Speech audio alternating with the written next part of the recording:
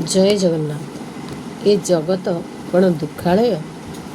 ए पार्थिव जगत रे विपद आपद और पीड़ा जंत्रणा संतापर अनेक रूप दृश्यमान हुए। आमे निजे मध्य नैराश्य वैफल्य क्षयक्षति और अनिश्चितता सहित जुझुचे। एभली स्थिति रे मनुष्य खोद भावे जदि ये सचराचर जगत को सर्वज्ञ और पूर्णमय ईश्वर सृष्टि करिछन्ति तेबे एते दुखर निवास स्थान कहीं प्रतीत हेउछि। शास्त्र रे वर्णित अछि परम ब्रह्म हेउछन्ति पूर्ण और परिपूर्ण।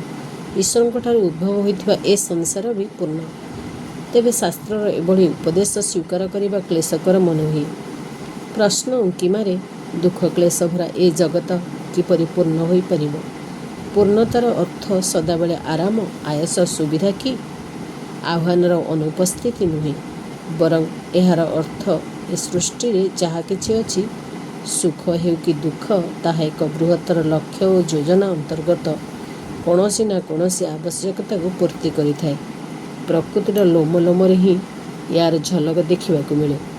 जो व्यवहार देखिबारे क्रूर बोली प्रतीयमान हुए ताहा वास्तव में बुद्धिमत्ता को प्रतीकित करिथाए।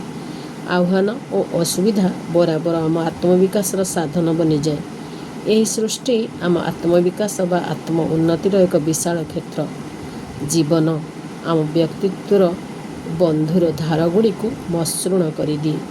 एथिपाई पीड़ा जंत्रणा केवल सह्य करने को पड़ न थाए, बरं जीवन शिक्षक भली आमको परिमार्जित करिथाए।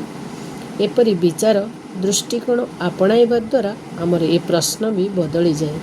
जीवन एते कठिन कहीं बदल रे आमे पचारि पारंती जीवन मते कण शिखेइबा को चाहूँची।